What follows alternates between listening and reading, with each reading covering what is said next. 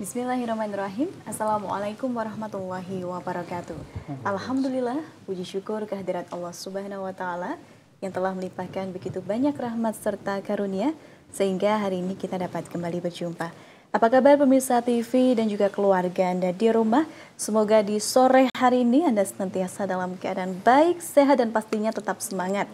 Senang sekali saya Sekar Pangesti akan menemani Anda dalam program edukasi.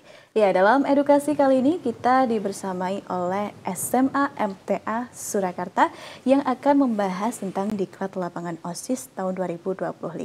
Namun sebelum itu kami membuka kesempatan bagi Anda pemirsa TV untuk dapat bertanya kepada narasumber kami melalui line telepon di 0271 679 3000, juga dapat mengirimkan pesan melalui WhatsApp dan juga SMS di 0811 255 3000. Dan hari ini kita dibersamai oleh dua mujahid insya Allah ya, dan juga pembina OSIS SMA MTA Surakarta. Kita sapa terlebih dahulu. Assalamualaikum warahmatullahi wabarakatuh. Waalaikumsalam warahmatullahi wabarakatuh. Ya, selamat sore. Selamat sore. Bagaimana kabarnya ini semua? Alhamdulillah sehat. Baik, sehat ya. Ini berarti habis pulang sekolah langsung hadir ke MTA TV ya? Hari ini libur. Oh, hari ini libur. Belajar di asrama. Oh, belajar di asrama. Karena ada apa ini kok libur? Ada kegiatan pembinaan yayasan tadi di MTA Pusat tadi. Baik. Okay. Ya, digunakan waktunya untuk belajar di asrama. Tapi betul belajar ya, Mas ya? Oke, insya Allah. Ya. Mengerjakan tugas. Oke, ini kita perkenalkan terlebih dahulu untuk yang di sebelah saya ada Mas Habib Ali Muhammad Abdurrahman, kelas 11-2. Selaku Ketua OSIS Putra SMA MTA Surakarta periode 2024-2025. Baik, kemudian di sebelahnya ada Mas Muhammad Ali Ihsan, kelas 11-3, IPA 3 maksudnya ini, atau 3 memang ya? Sekarang tidak ada IPA 11-3 ya? 11-3. Selaku Ketua Panitia dari Diklat Lapangan OSIS 2025 dan juga sebagai Bendahara OSIS ya Mas ya. Baik, dan ini kalau dalam organisasi OSIS pasti ada pembinanya. Beliau Ustadz Baharudin Ahmad SSOS MPD selaku pembina OSIS Putra. Ya, baik. Ini tentang diklat lapangan OSIS tahun 2025. Ini pastinya sebagai anggota organisasi perlu ada pelatihan gitu ya, pendidikan dan juga latihan yang dilaksanakan tanggal 6 sampai 7 Januari 2025. Ini siapa yang mau menyampaikan terlebih dahulu terkait bagaimana kegiatan diklat OSIS itu? Silahkan, dari siapa ini? Dari saya. Oke, silahkan. Selaku Ketua Panitia ya, Mas Ali.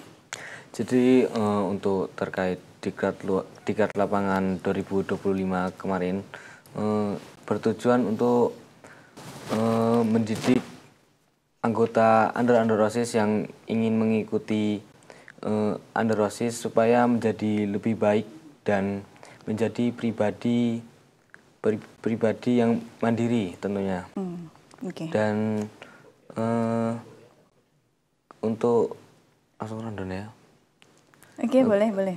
Disampaikan untuk rundown acara kemarin kan itu hari Senin tanggal 6 itu sebagian panitia sudah ada yang datang terlebih dahulu sebelum peserta. Jadi pesertanya tuh datangnya nih setelah zuhur, sekitar jam 1:30 nih berangkat dari sekolah kemarin sampai di lokasi ini sekitar jam 3.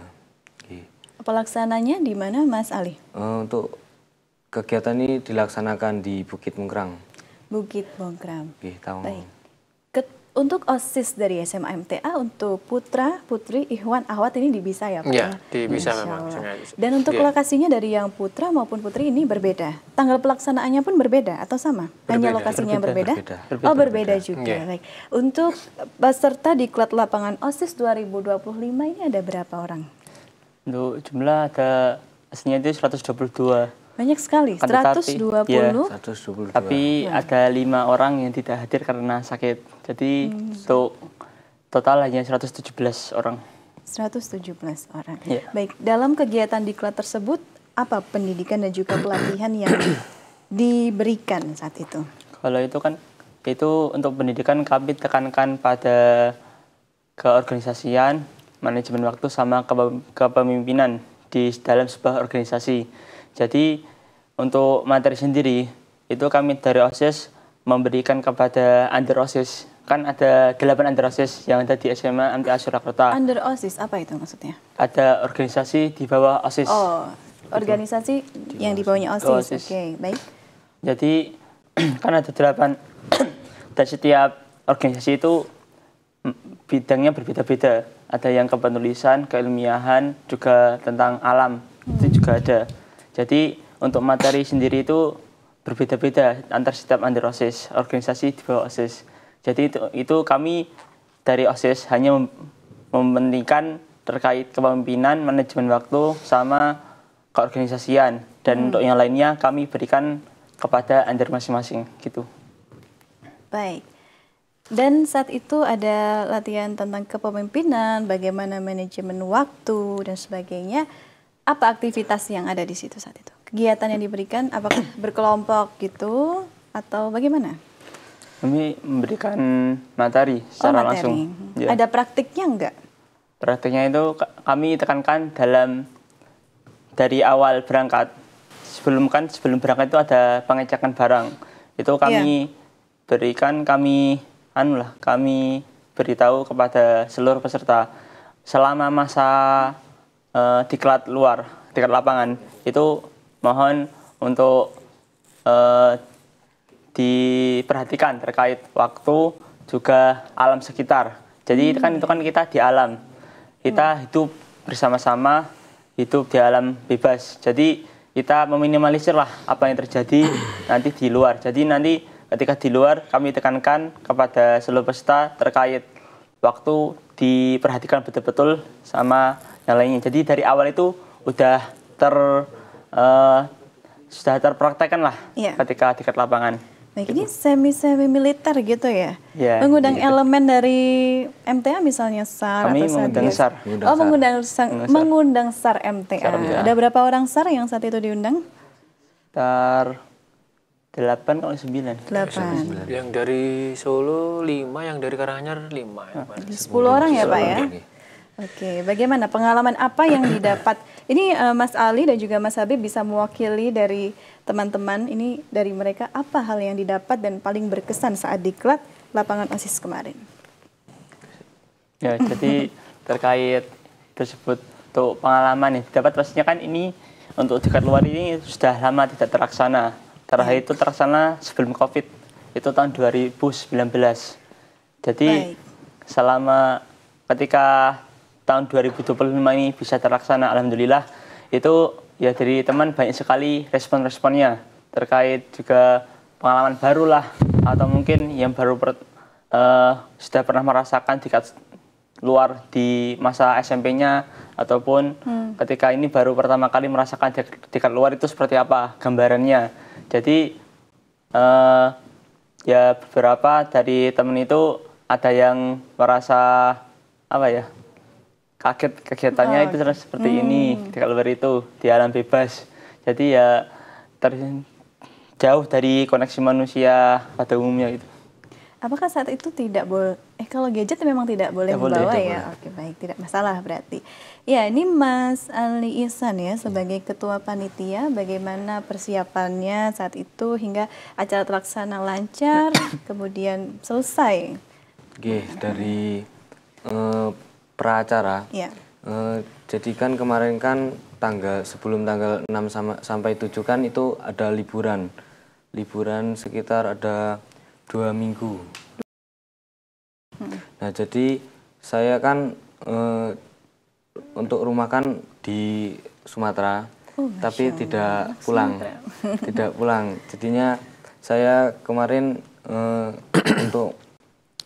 untuk praacara saya mengurusi sama Mas Habib Ali di Solo ini, jadi nggak pulang. Ini namanya sama-sama Ali, sahabat yang baik ya Pak ya. Sama-sama keduanya aktif organisasi luar biasa. Baik, kita ke Pak Bahrudin Ahmad ini. Bagaimana tanggapan Pak Bahrudin terkait diklat OSIS?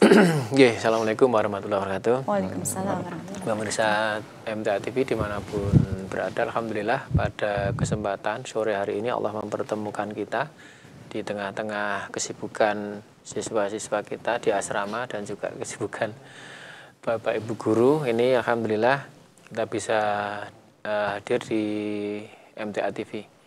Sedikit kami sampaikan, memang kegiatan keluar istilahnya, kegiatan outdoor ya, ini memang kita agak berbeda ya dengan tahun-tahun sebelumnya. Memang pasca COVID itu siswa memang tidak atau kurang memiliki pengalaman kegiatan di luar.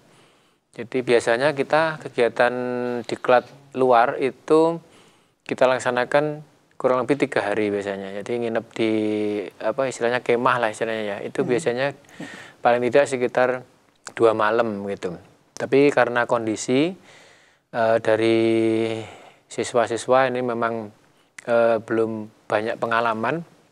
Jadi seyogyanya kemarin kita laksanakan setelah ujian, jadi di awal liburan itu. Tapi karena akhir tahun berbarengan dengan kegiatan yayasan juga, yaitu mabit ya, itu kemarin akhirnya kita laksanakan di hari Senin ya, di hari pertama masuk itu. Jadi kita biasa kalau di SMA MTA itu pagi Senin itu upacara untuk mengkoordinasikan kegiatan sekolah ya selama 1 minggu itu antara siswa dengan guru, biasanya disampaikan di situ. Kemudian kita adakan pembukaan kegiatan ini diklat lapangan untuk OSIS Putra. Kebetulan untuk OSIS Putri sudah terlaksana sebelum liburan itu. Tempatnya kemarin di Teras 1, MTA Teras 1. Kalau di Putra ini pelaksanaannya di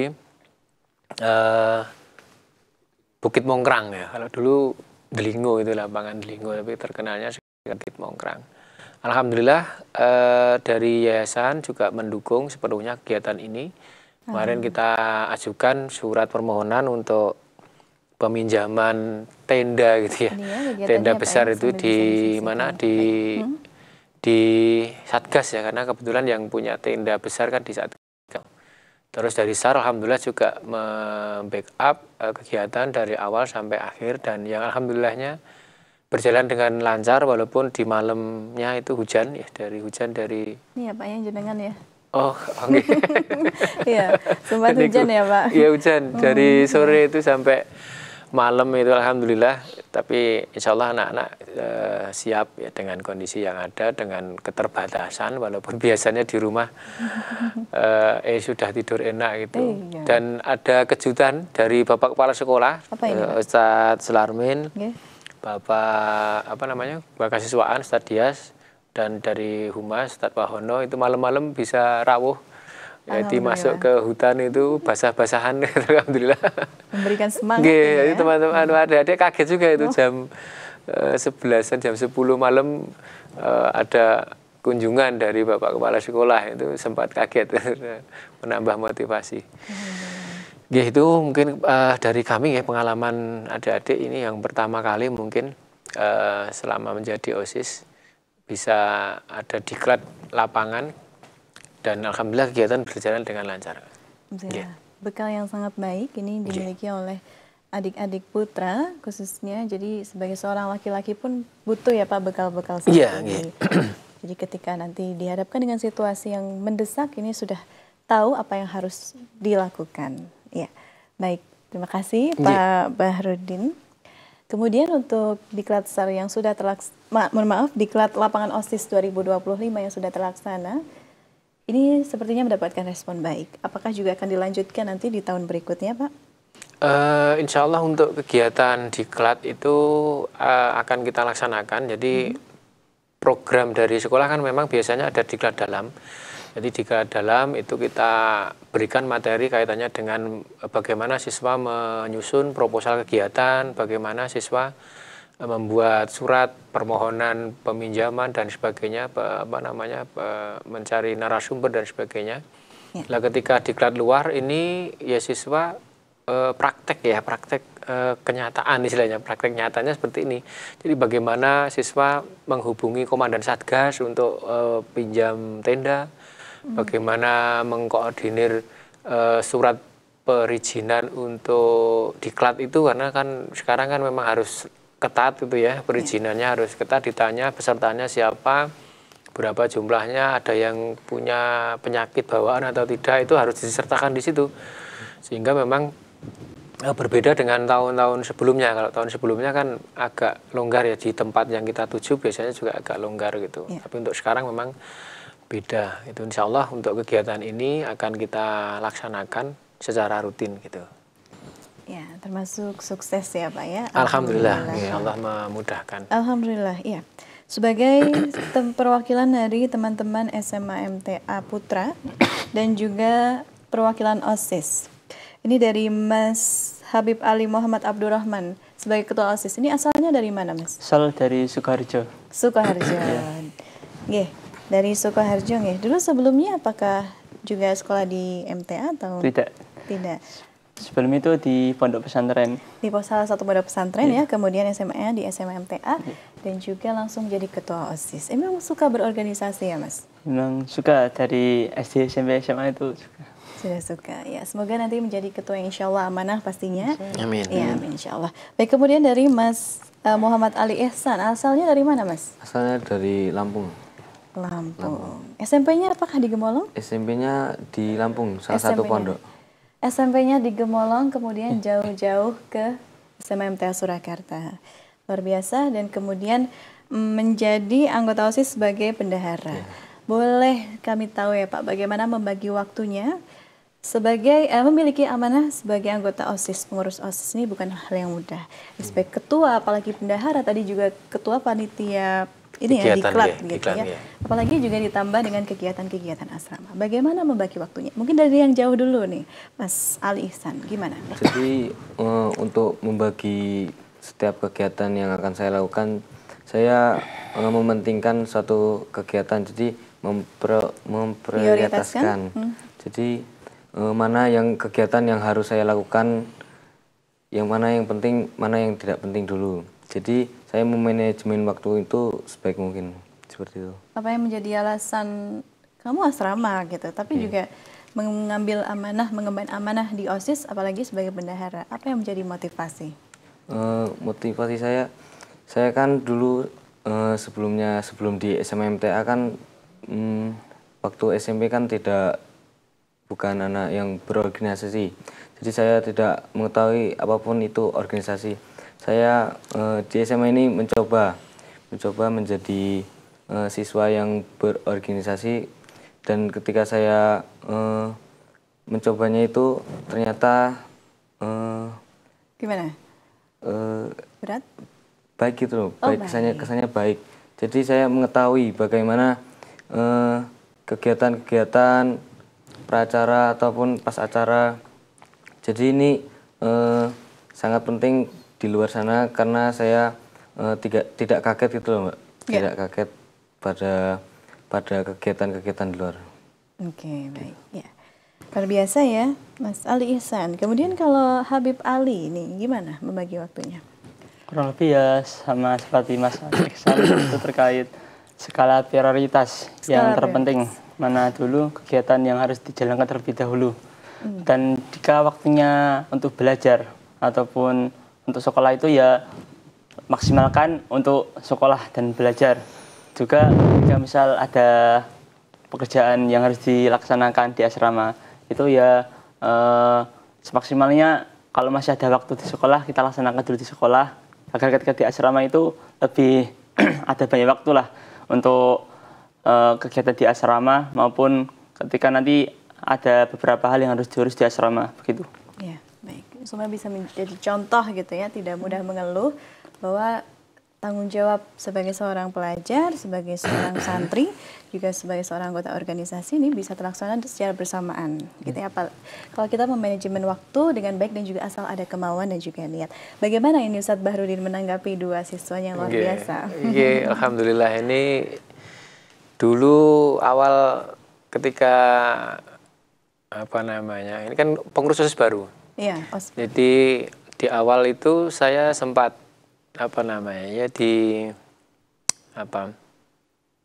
bukan diprotes ya, cuman nanti bisa nggak anak saya ketika menjadi pengurus OSIS nanti hafalan Qur'annya tetap terjaga, karena Mas Habib ini 30 juz. Insya Allah. Ya. Gitu. 30 juz.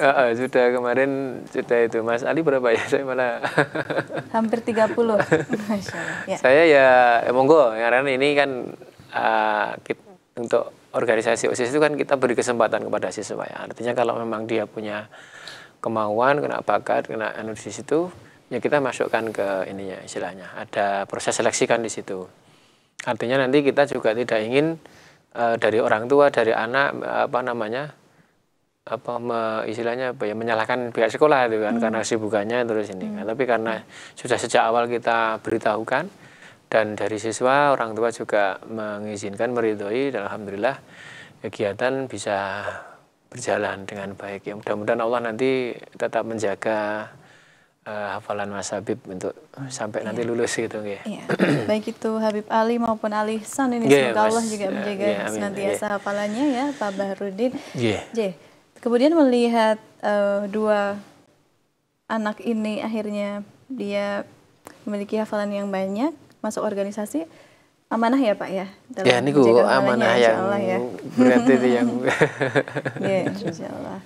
Baik, langsung saja Pak Bahrudin terkait PPDB, pendaftaran peserta didik baru di SMMTA ini seperti apa untuk periode 2025-2026? Alhamdulillah untuk pemirsa MTA TV Surakarta dimanapun berada, hari Ahad kemarin, Ahad siang itu kami menitipkan surat yang ditujukan kepada seluruh pimpinan perwakilan cabang MTA seluruh Indonesia terkait dengan PPDB SMA MTA Surakarta yang insya Allah nanti akan kita laksanakan di tanggal 3 sampai 15 Februari. Itu istilahnya yang program reguler. Untuk syarat-syarat nanti bisa dicek di websitenya, foto rapot semester 1 sampai dengan semester 5, terus foto akte kelahiran kakak nanti di scan, dikirimkan ke website. Selanjutnya nanti ada tes wawancara seperti itu yang ditujukan kepada siswa maupun orang tua, dan nanti bisa dipersani setelah tes dan sebagainya. Pengumuman kita upload juga di website seperti itu. Atau yang menghendaki langsung ke SMA MTA nanti bisa rawuh ke SMA MTA Jalan Kiai Mojo untuk nanti mendaftarkan putra putrinya secara langsung. Nanti insya Allah dari tim PPDB siap untuk pelayanan one day service seperti itu. One day service. Langsung observasi datang langsung ke sekolah ya? Datang langsung ke sekolah, nanti bisa mersani kondisi sekolahan, kondisi asrama, mungkin kalau yang mengendaki asrama. Kalau yang laju istilahnya yang rumahnya dekat dari sekolah nanti mau laju nanti bisa. Pun misalnya dekat rumah pengen asrama juga kita layani dengan semaksimalnya. Boleh. Kalau rumahnya maksudnya jarak berapa kilo harus asrama Pak? Itu 10 kilo maksimalnya. 10 kilo maksimal dan harus tinggal dengan orang tua. Jadi kita tidak mengizinkan siswa itu misalnya rumahnya dekat tapi tidak tinggal dengan orang tua, tidak kita izinkan untuk laju seperti itu. Karena kita tetap menjaga keamanan putra putri kita. Karena dititipkan pastinya ingin menjaga dengan baik, betul. amanah gitu. Baik, ini langkah preventif yang luar biasa dari SMA MTA untuk jarak tadi ya maksimal 10 kilo nanti. Baik, untuk kuotanya berapa Pak ini? Kuotanya kita 36 per kelasnya, ini 10 rombel nanti insya Allah mudah-mudahan. Tapi untuk kuota masih tersisa? Insya Allah masih. Ya, yuk segera untuk mendaftar. Monggo, datang ke SMMTA. Terpenuhi kuotanya. Amin. 36 kelas. Untuk putra berapa kelas, putri berapa kelas? Kita memang tidak mematok untuk jumlah putra putrinya. Jadi nanti biasanya pun kalau sudah diterima nanti kita upload per kelasnya seperti itu. Dan memang kalau di SMA MTA kan kita pisah ya kelas putra, kelas putri seperti itu agar nanti proses kegiatan belajar mengajarnya bisa lebih optimal seperti itu. Baik, untuk tesnya Pak, apakah bisa dilaksanakan online juga jika ada calon peserta didik yang rumahnya sangat jauh, jaraknya jauh dari sekolah, begitu? Prosedurnya seperti apa? Insya Allah kalau yang rumahnya jauh, nanti tadi secara online bisa mengisi data-data di website. Kemudian setelah itu nanti kita jadwalkan untuk wawancara secara online. Nanti biasanya kita pakai video call seperti itu.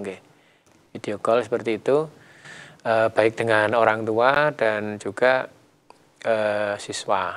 Untuk wawancara ini sebenarnya kita lebih lebih untuk apa namanya, kita menggali bagaimana kesiapan ya, sejauh mana kesiapan orang tua pun juga siswa ya. Untuk nanti menekuni menapaki pendidikan di SMA MTA itu, karena kan 3 tahun itu kan tidak singkat itu ya. 3 tahun harus tinggal di asrama jauh dari orang tua, itu kan perlu kesiapan dari siswa maupun dari orang tua sendiri, karena kadang-kadang putra putrinya itu enjoy saja di asrama, tapi gitu ya bapaknya ibunya khawatir ya, ini saya anak juga saya pernah asrama Pak, jadi lumayan tahu gitu. Kalau di asrama itu ya, ada, ya. Itu Anaknya tenang, orang tuanya terlalu lah itu khawatir gitu. udah makan belum, belum gitu. Seperti itu. Insya Allah kalau di tempat kita di SMA MTA, putra putri kita insya Allah kita jaga semaksimalnya, dan alhamdulillah kita juga sudah punya poskestren ya, pusat kesehatan pesantren. Alhamdulillah sudah baru ya Pak ya baru kemarin. Semakin lengkap ini. Alhamdulillah, karena memang itu juga tuntutan ya dari pemerintah, kalau pondok pesantren itu memang harus ada poskestrennya seperti itu. Harapannya kan nanti juga memberikan pelayanan masyarakat di sekitar pondok pesantren seperti itu. Insya Allah. Baik, dan juga SMA MTA memiliki lokasi yang dekat dengan pusat kota, dekat dengan mana-mana gitu ya, fasilitas umum manapun, mudah dijangkau, insya Allah aman, fasilitas sekolah juga luas, insya Allah bersih, nyaman ya Pak. Terutama gedung asramanya terpadu ya Pak. Itu jadi kalau asrama putri itu kan kebetulan posisi di sebelah utara ya. Itu ada jalan di atasnya nanti yang menghubungkan antara asrama putri dengan sekolah, itu di lantai 2, sehingga siswa nanti tidak perlu turunnya tidak terlalu sulit ya. Di asrama 1, asrama 2-nya agak sebelah utara, asrama 3 ya kurang lebih sekitar mungkin 300 meter itu sebelah utara SMA. Untuk asrama putra tersentral di sebelah timur SMA, itu kurang lebih mungkin sekitar berapa meter, 200-an mungkin. 200. Jadi dekat ya kalau mau jalan ke insya Allah sekolah, jalan kaki ya. Misalnya ada barang ketinggalan, nggak usah jauh-jauh jalan nanti ya. bisa diambil nanti. Kalau bisa jangan sampai ketinggalan. Ya biasanya yang paling membuat penasaran daripada calon wali santri atau wali siswa ini adalah biaya pendidikannya apa. Ini boleh disampaikan berapa biaya pendidikannya? Biayanya saya nggak apa. Dan itu untuk biaya itu yang laju SPP-nya 600.000 untuk 1 bulannya. Untuk yang asrama 1.350.000. Itu untuk sudah lengkap ya. Insya Allah sudah lengkap itu. Untuk biaya masuk ini yang biaya daftar ulang ya istilahnya, siswa baru yang laju itu putra 10.500.000. Untuk yang asrama ini 12.500.000. Untuk putri ini 11 juta. Yang laju, yang asrama ini 13 juta. 13 juta. Dan ini ada beasiswa jalur prestasi juga. Untuk itu yang putra-putri Bapak Ibu yang ada prestasi di tahfidz itu yang 10 juz itu ada potongan biaya pendaftaran 2.500.000. Untuk yang tahfidz capaian 15 juz itu potongan 5 juta yang daftar ulangnya. Untuk yang OSN ataupun O2SN, FLS2N tingkat provinsi itu dapat potongan biaya daftar ulang 2.500.000 dan bebas SPP 1 tahun. Terus untuk yang OSN, O2SN, FLS2N tingkat nasional itu potongan biayanya 5 juta. SPP 1 tahun dan juga biaya bebas asrama ya. 1 tahun juga. Itu. Ya, ini betapa SMA MTA sangat memperhatikan dari siswa yang memiliki hafalan dan juga prestasi non-akademik ya Pak. Ini mendapat potongan biaya. Kurang apalagi. Monggo nanti semaksimalnya kita pilihkan tempat pendidikan yang insya Allah terbaik untuk putra-putri kita. Untuk gelombang reguler pemirsa ini tinggal tanggal 3 sampai 15 Februari 2025. Silahkan untuk segera mendaftarkan putra-putri Anda ke SMA MTA Surakarta. Iya. Kan kalau nggak afdal ya Pak, kalau kita hanya bicara seperti ini, kita langsung tanya testimoninya. Ya, monggo. Yang dari siswa yang Sumatera. sudah merasakan asrama. Gimana Mas Ali ini, Ali Ihsan? Merasakan asrama di SMA MTA, suka-sukanya, nggak suka-duga, suka-sukanya apa nih? Untuk suka-sukanya itu kan dulu juga saya pernah mondok, jadi nggak kaget gitu loh, nggak kaget di asrama sudah seperti apa. Jadi kalau di asrama nih terjalin kebersamaannya nih sangat rekat gitu loh, antara anggota kamar ini dan kamar sebelahnya gitu. Jadi gitu, antara para siswa nih kebersamaannya lebih rekat dan terjalin. Lebih dekat dan terjalin. Satu kamar berapa orang? Berbeda-beda? Sekitar ada, kalau kamar saya ada 9, ada yang 8, ada yang 7, sekitar segitu. Sekitar segitu ya. Untuk konsumsi aman, insya Allah ya? Iya. Aman. Jadi nyaman di asrama gitu. Untuk menghubungi orang tua ketika ada jadwalnya mungkin? Untuk menghubungi orang tua kan, jadi ada 3 angkatan itu kelas 10, kelas 11, dan kelas 12.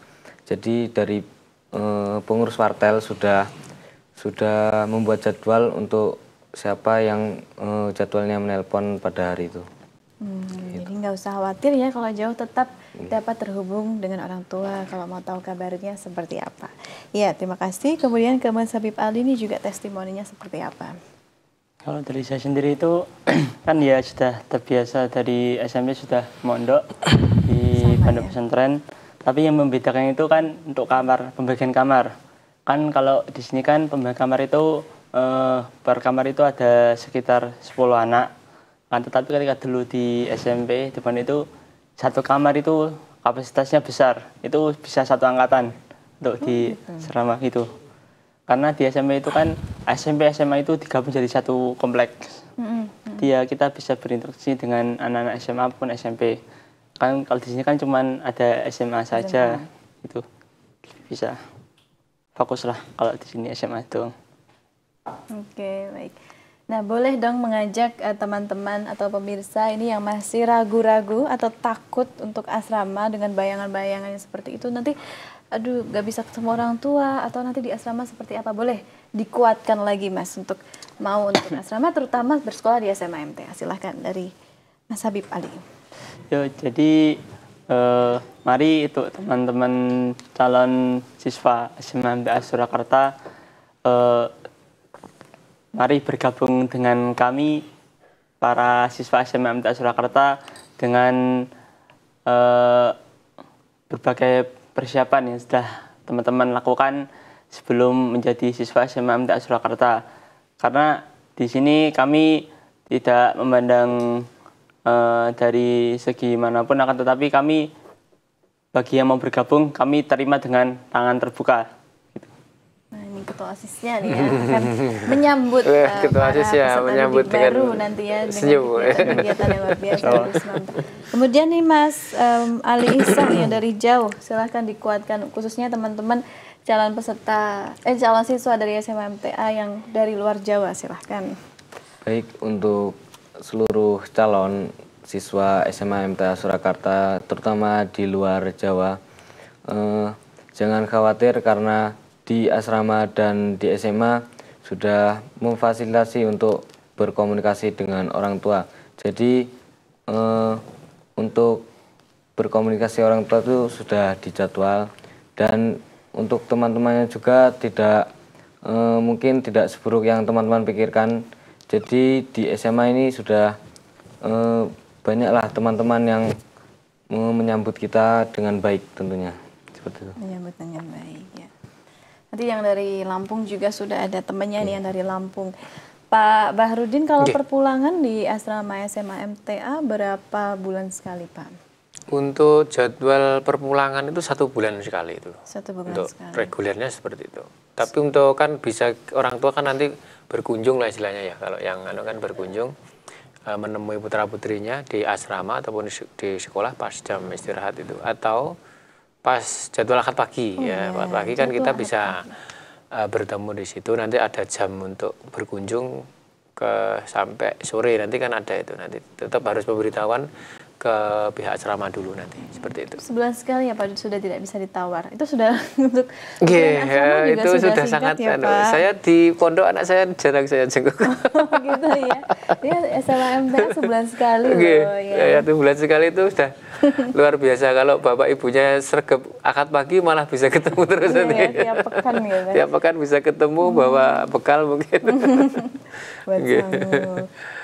Oke, baik. Itu tadi ya. Untuk perpulangannya itu biasanya di hari apa, Pak? Dan kembali ke asramanya maksimal jam berapa? Untuk kepulangan itu biasanya hari Sabtu. Sabtu pulang, Sabtu habis pulang sekolah gitu ya? Nggih, gitu. Nanti Libur terus. nggak ya Pak Sabtu sini? Gimana? SMA MTA Sabtu libur? Masuk. Sabtu tetap masuk. Ya, Sabtu Baik. masuk. Sabtu pulang, balik lagi hari? Balik lagi Ahad. Nanti kemarin dari Al-Ustadz memutuskan jam 9 maksimal. Jam 9 malam? Nggih. Oh. Karena kan beberapa bapak ada yang jadi pengurus gitu kan, biasanya ada pertemuan akad siang sampai sore gitu. Jadi kemarin diputuskan paling lambat jam 9 malam bisa. Kebijaksanaan ya Pak dari SMA MTA. Luar biasa. Tunggu apa lagi? Nggih, monggo, pokoknya kita tunggu. Ya, kehadiran dari para calon siswa atau calon peserta didik baru ini ya untuk bergabung bersama SMA MTA dengan prestasi yang sudah luar biasa dan juga lulusannya sudah diterima di seluruh kampus negeri yang ada di Indonesia. Insya Allah.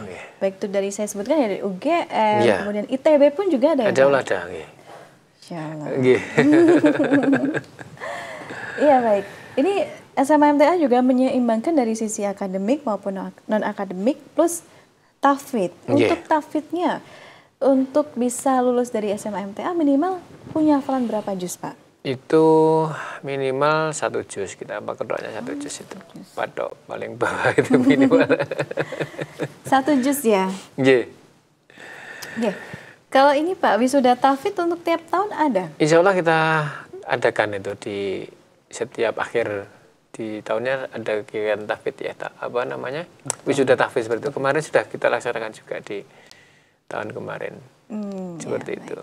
Biasa. Oke, kita ke OSIS-nya boleh ya Pak? Monggo. OSIS-nya lagi. Niki. Untuk OSIS ini kegiatan yang akan diagendakan lagi ada apa Mas?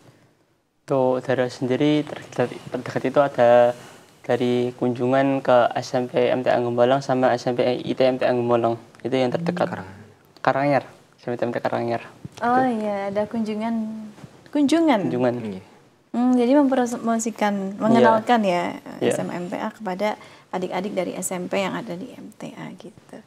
Oke, ada lagi yang ingin disampaikan Pak kepada para pemirsa ini terkait SMA MTA atau mungkin dari OSIS-nya, silahkan Pak. Bapak Ibu pemirsa MTA TV, kami mengingatkan kembali terkait dengan PPDB di SMA MTA. Tadi sudah kami sampaikan, PPDB reguler kita buka di tanggal 3 ya, 3 sampai tanggal 15 Februari. Monggo nanti segera kita daftarkan putra-putri Bapak Ibu semuanya di SMA yang sudah kita buat ya, sudah dirancang dari yayasan.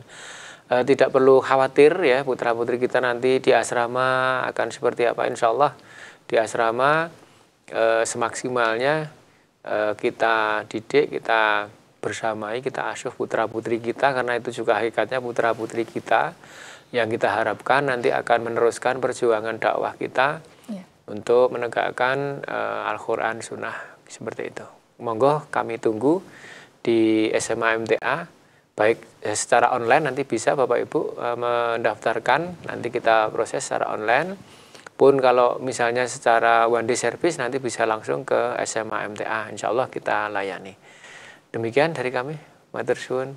Matur suwun sangat juga atas kerawuhanipun ke MTA TV, Pak Barudin Ahmad, kemudian Mas Ali Ihsan, Mas Habib Ali, terima kasih banyak. Semoga bisa menginspirasi ya para teman-teman yang ada di rumah, dan untuk segera mendaftarkan putra-putri Anda ke SMA MTA Surakarta, SMA Yayasan MTA yang sangat kita cintai ini. Baik, terima kasih atas waktunya. Selamat melanjutkan aktivitasnya. Sehat selalu. Assalamualaikum warahmatullahi wabarakatuh. Waalaikumsalam warahmatullahi wabarakatuh. Ya, pemirsa MTA TV dimanapun Anda berada, terima kasih banyak telah menyaksikan program edukasi.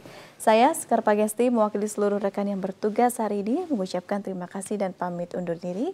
Wassalamualaikum warahmatullahi wabarakatuh.